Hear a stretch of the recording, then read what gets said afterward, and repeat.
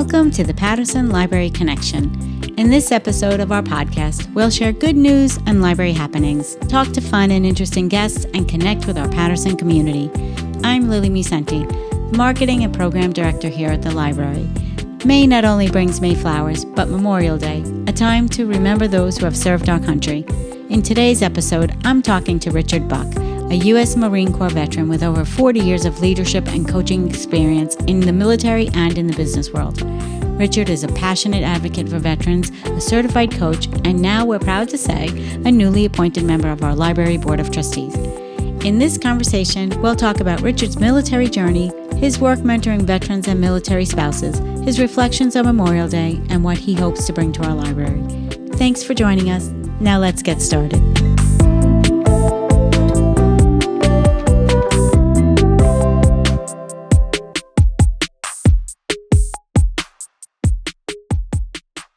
Hi, Adam.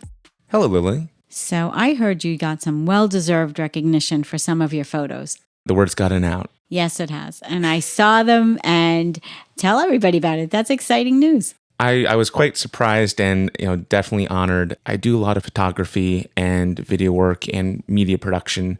That's my other business. That's kind of how I met the library here, and I met you back when you were up at Poughkeepsie with your venue. So one of my favorite clients to work with is the Aldrich Contemporary Art Museum in Ridgefield, Connecticut. And they have a beautiful museum as well as beautiful staff members there. They're such great people and so passionate about what they do. And recently they did a major renovation on their sculpture garden. So we did a launch last fall, and this is the first springtime when everything's going to be in bloom. And I was very fortunate to be able to take the photos for their garden launch, and including some aerial shots with a drone. And those ended up in an article in the New York Times featuring a number of Hudson Valley excursions in their museum section. So I had no clue that it was going to be there. I just got the word from their director, and sure enough, I looked it up, and those were my photos. So very cool, kind of surreal experience. That is wonderful. And like I said, well-deserved. The photos are beautiful, and you are very multi-talented in all that you do.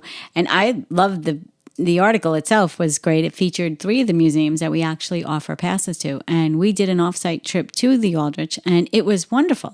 And I went back and took my family because I thought it was such a great museum and so close to home. And they had the Dia mentioned and Storm King That's as right, well. yeah. So great. It was a great article, and how nice for you to be featured. I'm so glad that happened. Thank you so much. I was thinking the same thing, that I need to get up to the DIA next, and we got to get those museum passes. So, if you're listening, you want to check out any of these places, especially the Aldrich Sculpture Garden, come get a pass at the library front desk here. Just come do it. And Ridgefield is not that far to drive. The garden itself is actually open to the public except for night times. So you don't actually have to go in the museum. So people are just using it as a great green space, and they'll have different sculptures in there. They have a spinning palm tree. Oh, cool. Which is really cool to see. You have to go there to see it. It's a palm tree in the middle of Ridgefield, Connecticut, and it spins. So I'm not going to tell you more about it. You're going to have to check it out. Yeah. And it's a nice little walk. It's handicap accessible. Oh, nice. So it's comfortable for everybody of all ages. And I'm looking forward to seeing what it's like in full bloom. We just took the spring photos there, so I think those are going up soon. And it's just a really cool opportunity to have something that you're passionate about and to help the organizations in our area and help spread culture and help spread the value of life, which is what, again, we talk about the library and museums, and they enrich our lives every day. Absolutely. And that's really important as nourishment, as well as our partners in the emergency services, that you want to get them when you need them. So with the fire department, the police, you don't want to see them every day, or the hospital. I've been in hospital, unfortunately, for the kid recently. He's okay, but we were there, and we were very grateful that they were there. But most of our time and days we want to spend enriching life, and that's what libraries and museums and concerts and music and everything, that's what that's about. I totally agree. That's what the fun stuff is. I just look forward to doing all that. I have not seen that sculpture garden. I went before it was opened, and I'm planning to go back myself. So we're proud of you here at the Patterson Library. You're such an asset here. You do our tech help and help with our you're a sound engineer for the podcast, as well as you help with the computer classes and everything else we have going on. So it's no secret to us how talented you are. And it is really a wonderful honor to be in the New York Times. How great for you. Well, thank you. You can't see me blushing through the microphone here, but hey, thanks As again, you should Lillie. be, as you should be. Well, that's our good news with Adam, but here's some good news for the library.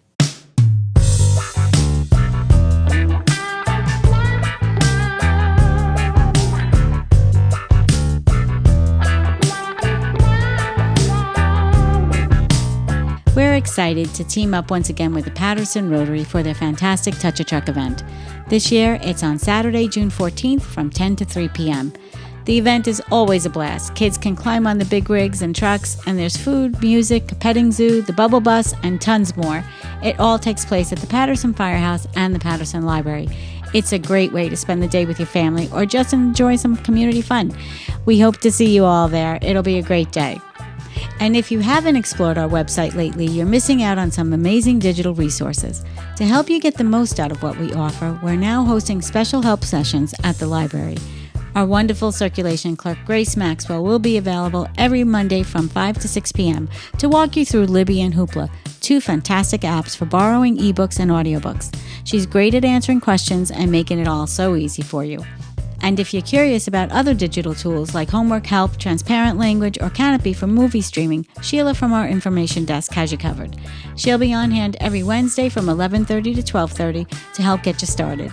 So whether you want to stream a film, learn a new language, get homework support, or just dive into a great read, stop by during one of our help sessions or swing by anytime. We'd love to help you explore everything the library has to offer. And that's our good news.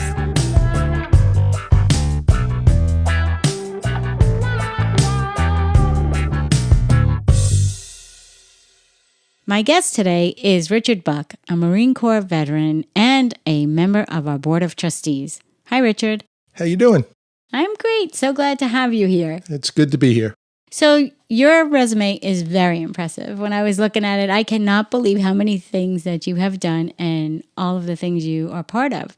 So can you start by sharing a bit about your background from your time in the Marine Corps to your career in business and coaching? I've been retired now for 3 years. But before that, I was 10 years in the Marine Corps, 43 years in the business world. In that 43 years, I did 30 years of mentoring and coaching of veterans, helping them when they're coming out of the service, getting them prepared for and readiness for their careers in the civilian world. Oh, that's really important work. What does it mean to you personally and professionally to be able to help veterans in that way?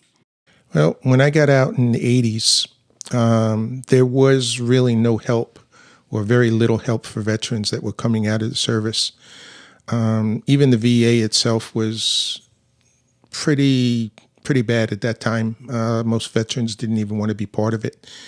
To now, where there is so many organizations out there that it's just the opposite end, where people don't know where to go.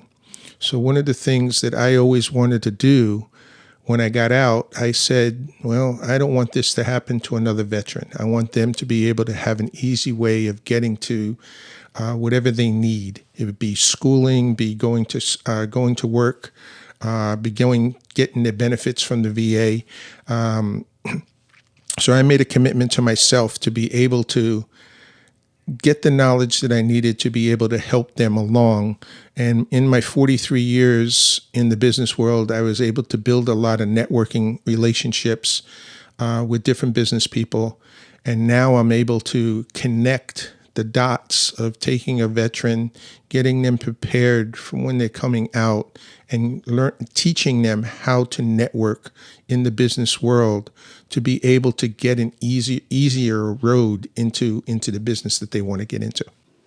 Yeah, off mic, we were talking a little bit about how difficult it is to come from such a structured environment and then into this world today where so many people are working remotely or hybrid situations, and how that really impacts veterans in particular. Oh, most definitely. And the other part too is that civilian managers a lot of them don't understand a veteran.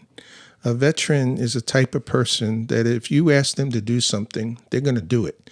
They don't need somebody looking over their shoulder and being pushed to get the job done. If you say it's going to take 5 hours, it's probably going to take a veteran 3 hours to do something and really top-notch work.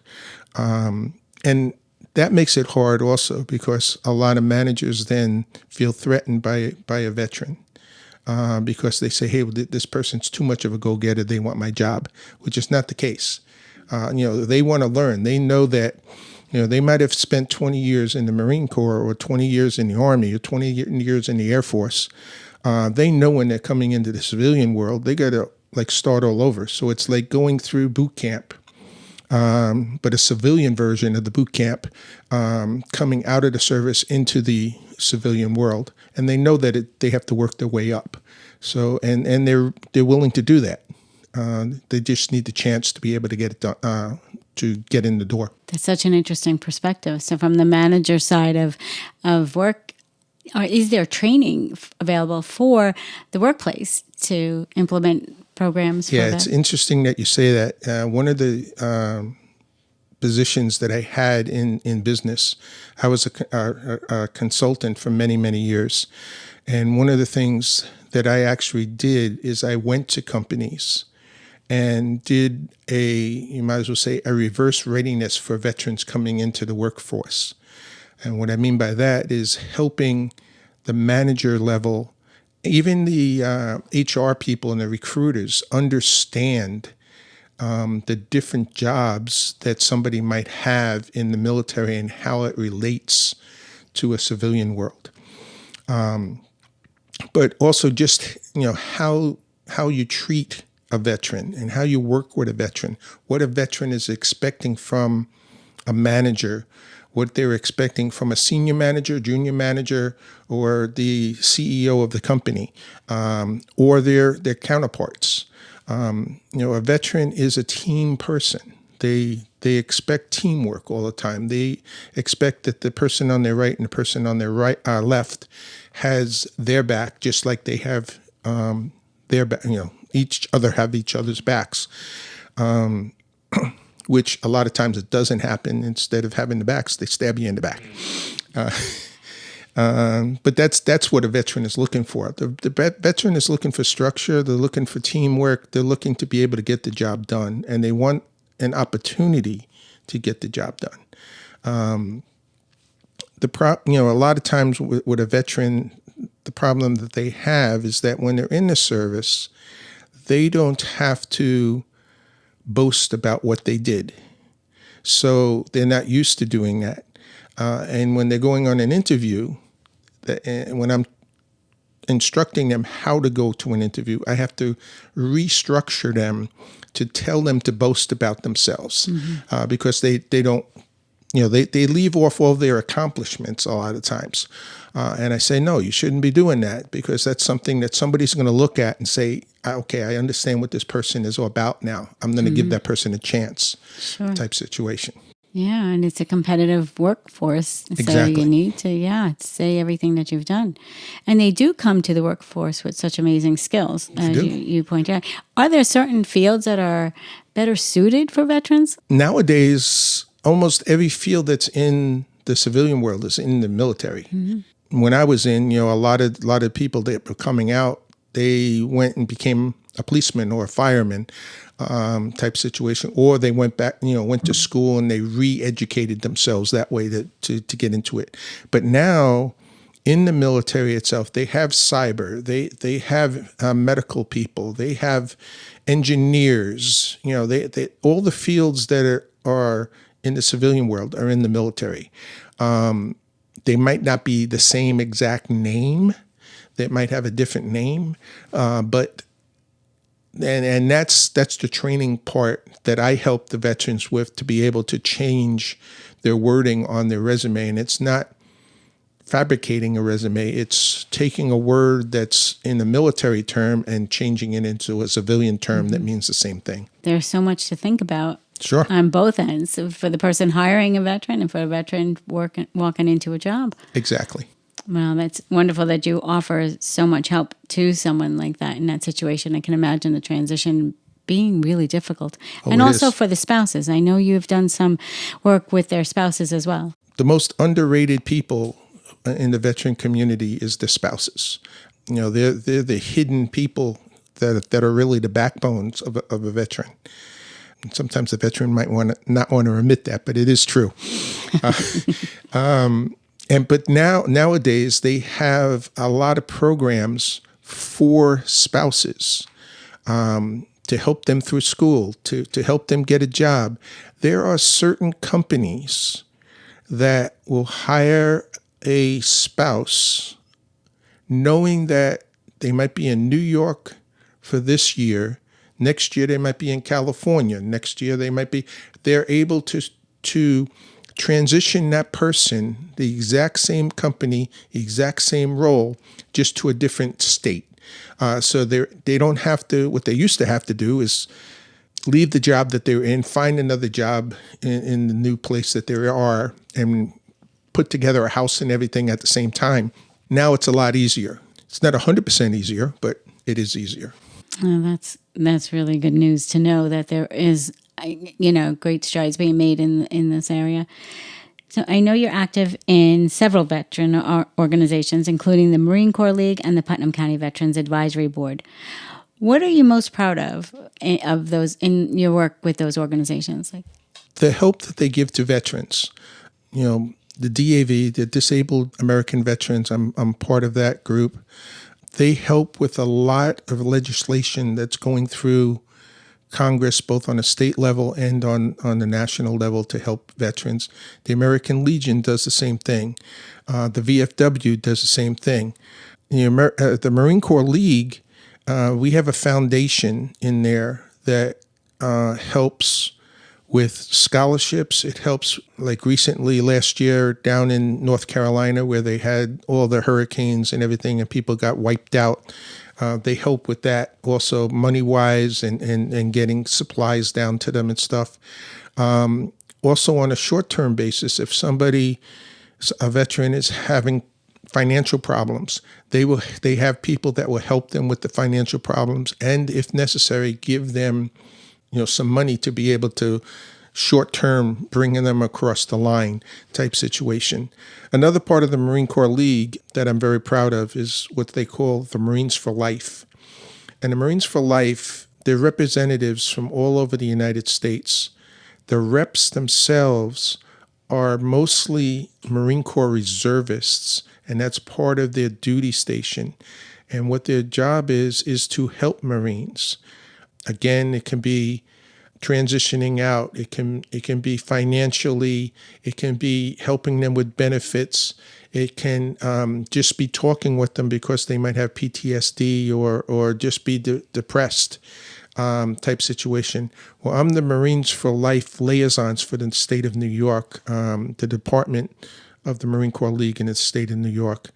And I work with all of the Marine for Life reps around New York. But I kind of expanded myself because I've reached out to the different reps and the different liaisons people in the different states also. Because what I find is people will, on Facebook or on LinkedIn, will see my profile, and they might be from Florida. They might be from Tennessee or whatever. And are reaching out to see if I can help them. So, I'll have the first conversation with them, and then I'll reach out to somebody who's more local to them to be able to help them out, which is a very good network that way. The Marines, we're a tight-knit outfit, and, our slogan is no Marine is left behind, and it's really true. We take care of our own all the time. So there is a similar organization for the Army called Soldier for Life. And I've interacted with the Soldier for Lives also when I come up with an Army person. I don't know of one for the Air Force or the Navy. Navy sometimes falls into the Marines for Life if they were a corpsman or something like that, which you have to reach out to the corpsmen. The corpsmen are very a special breed of people that they are Navy, but they work with the Marine Corps, and they're our medics that come with our units, and we couldn't be alive without them. So I reach out to them. Your heart is in your work, and it's more than obvious. And It is. And it's wonderful to see. And what a great and fulfilling career and everything you have. Because when you talk about it, you have such passion for it, and it's wonderful. And to be on the other side of that and getting the help from somebody who cares that much is really wonderful too. So, what advice would you give to a veteran who's just starting their next chapter after military service? Reach out first of all to a local VFW, American Legion, Marine Corps League people. Reach out to me if you can't find anybody else. I'm on LinkedIn. I'm on Facebook, so you can get a hold of me. And even if you're not local to Putnam County, I can reach out further than that with my network that I have. Don't try to take the road on your own. That's the best advice I can give. There are groups out there that can help. Another group that I work with is called 4Block. And what 4Block does is 100% getting veterans ready, and it's called career readiness. They have cohorts, a spring and a fall. The spring one just ended. It's a 10-week cohort, and it started here in New York City by a Marine, Mike Abrams, 16 years ago. And it was a dream of his to be able to do this, to pull it together. And now I think we're almost in almost every state. And we do virtual and we do in person. And basically what it is, in the 10-week, once a week, you interact with a sponsored company. And that sponsored company has a special curriculum that we use that week that is done there. But more importantly, you're interacting with a company that, one, is veteran friendly because they're involved in this program. Two, a good percentage of the people that are there are veterans. And I know that a lot of times they give their story of how it was to transition from the military to the civilian world.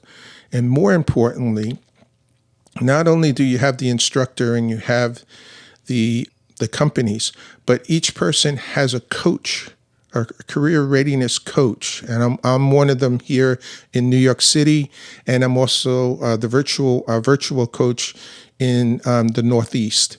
And what we do is we work with the individual person one-to-one with their resumes, with their LinkedIn profiles, with their networking, getting their elevator pitch up, getting their intro letters up, understanding how to negotiate when it comes to taking a job, doing the interviews, mock interviews. So it brings all this together to help. It's a very good track record that 4Block has in their cohorts. A lot of the cohorts nationwide, there are people that are in that cohort that will be offered a job by one of the companies that we go to. So it's really, that's a very strong organization. Another one that helps with readiness is ACP, American Corporate Partners. And again, what they have is they have a year-long program where you're assigned a coach that works with you, again, to get through the whole process of being able to get a job. I'm also a mentor in the ACP program.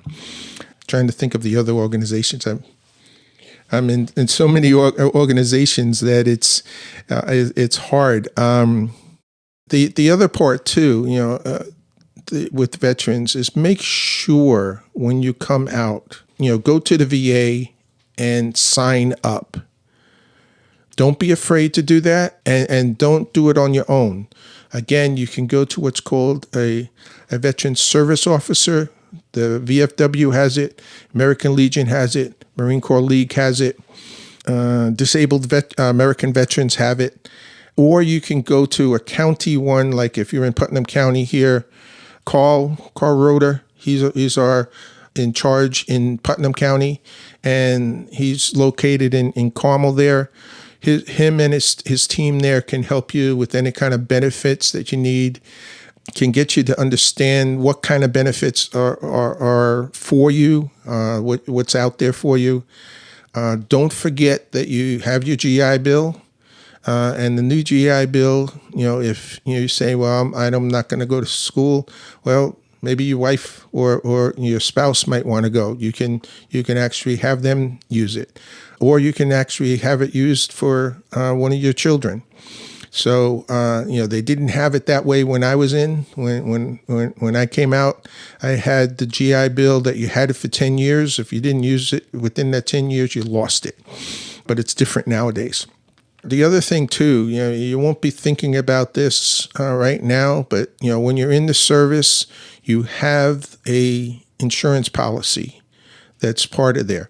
Make sure within 90 days of coming out, you convert that to the veterans equivalent, so you don't lose that, because then you don't have to worry about insurance. You still have the insurance. It doesn't cost a lot. You don't have to worry about taking a test or anything like that, health tests or anything. It converts right over. But again, talk to somebody. You need to talk to somebody to help. There's so much stuff out there. And if you're injured, Wounded Warriors is a great organization. They have a program that they help you get physically and mentally ready. And then once you're ready that way, they help you the next step to be able to get a job. So that's another organization that's out there. There are so many organizations out here. You need to reach out to somebody like myself. I list a lot of different ones on Facebook and on LinkedIn of the different organizations that are out there that can help. There's so many of them. Well, we were talking earlier how hard it is to get the word out to people about all the resources that are available, because there are so many. And this is wonderful. You've named so many that I have never heard of, and I know many listeners probably have not as well. And just knowing that there is help locally that they can really reach out to here in our own community is wonderful. So your work is remarkable. And then you wear other hats too. You, like I said earlier, your resume is amazing. Do you sleep? Yes, I do. It's hard to tell with everything that you do. You also do leadership and team building. You've led high-performing teams at major firms. How does your military leadership style translate into that corporate role? Oh, leadership coming from the military, it's natural. It doesn't matter if you're a private or you're a general. The military trains you to be a leader. You might not be a leader at that one time, but you never know when you're going to be called to take over the role of corporal, sergeant, lieutenant, captain, colonel, general. Something might happen to the person that's in charge. And if that person gets injured or whatever, then you have to take over. And at least I know in my time, when we did training, sometimes they would automatically say, okay, that lieutenant, you're gone. So now you're taking over. And you might be a private, but now you're a lieutenant type situation, or you're a sergeant and now you're a lieutenant because the lieutenants are gone. So you're always learning how to be a leader. And one of the most important things for a leader, and most people don't think they're the same. A leader and a manager are not the same. A leader will be a type of person that will say, let's go. A manager will say, go. Big difference. People want to follow leaders. They don't always follow a manager. So all you managers out there, think about being a leader, not a manager. And a leader does not need a title. You can be a leader without a title. And that's important. It is the way that you present yourself and the way you interact with each other and the way you care about the person on your right and your left. That's a leader. You make so many valid points. And, we try and strive to be the best managers we can, but without your team, you don't succeed. No. And it's always been a key thing here at the library, especially where we have an amazing team. And I really credit everyone in this building and on staff to making this place so successful. It really is teamwork. We couldn't do it without each other. That's right. And that is so true. We see it every day. Yep. So your wife was a library director for many years at Reed Library in Carmel, and That's now correct. you're a trustee here. This is my second time around being a trustee here. It is. Yes. I didn't know that until recently. Yes. So it's wonderful to have you on our board. And I love the fact that your wife was a director, because you have some insight then into the library world. Exactly. How does that help you in your role as a trustee? It makes me know the importance of the team between a director and a trustee, and the respect that you have to have both directions. Here in the Patterson Library, we have that. It's a strong knit group. And what I mean by a group, it's the staff and the trustees together. And that's what makes a great library. Yeah, I agree. So I know working together with the Board of Trustees is always wonderful for us as a staff. We've worked together with so many organizations, including veterans organizations in the past, and we had people here like once a week to answer questions and give out information. Do you envision the library as a potential hub, like for veterans resources programs or peer most support? definitely. Most definitely. I can see, the library for any town should be the center point of the town itself. All organizations should be able to come to the library, feel comfortable in the library, and be able to work together. The thing is to get the veterans in the veterans community to understand you don't only come to the library to get a book. Yes, get a book when you're here, but there's a lot more resources in a library than just a book. It's a community in here, and we can have a lot of different good educational programs that will help veterans and help spouses and help the community understand veterans at the same time. Totally something we can do to work together. Yep. In that way. So you've been a mentor, a coach, a Marine, and a community leader. What's next? I don't think there could be anything next. I'm happy doing what I'm doing. And I love mentoring and I love coaching. And being a mentor and being a coach also brings in leadership at the same time. Community work, I love doing that. And it's the same thing as doing mentoring and coaching. So that's, now that I'm retired especially, that's what I'm focusing my time on is giving back as much as I possibly can. As we approach Memorial Day, how do you reflect on your time in the service and the sacrifices made by others in uniform? Well, the first thing I look at is, I made it back. I made it back as whole as you possibly can as a veteran. I look at my brothers and sisters in the veterans community that haven't been able to do that, and thank them for their time. It is something that obviously shouldn't just be something we talk about at Memorial Day. No, it should not be. A year-round thing. It's every day. And Correct. We are all so grateful to everyone who serves. And thank you so much for all you do for not only the veterans, for the community, for the library. And we are so thrilled to have you on our board. And thank you for being here today. Well, thank you for having me. I'm glad to be here.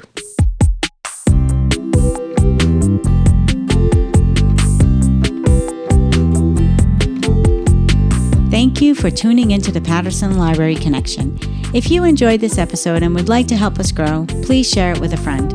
You can follow and subscribe to our podcast on our website, pattersonlibrary.org, Apple Podcasts, Spotify, and YouTube.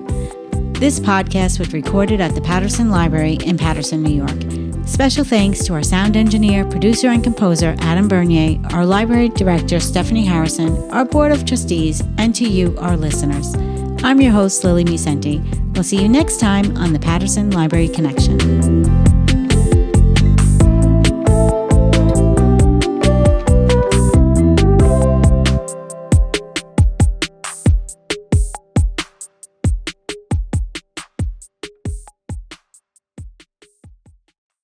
The Patterson Library trustees and staff do not promote nor endorse the opinions of our guests.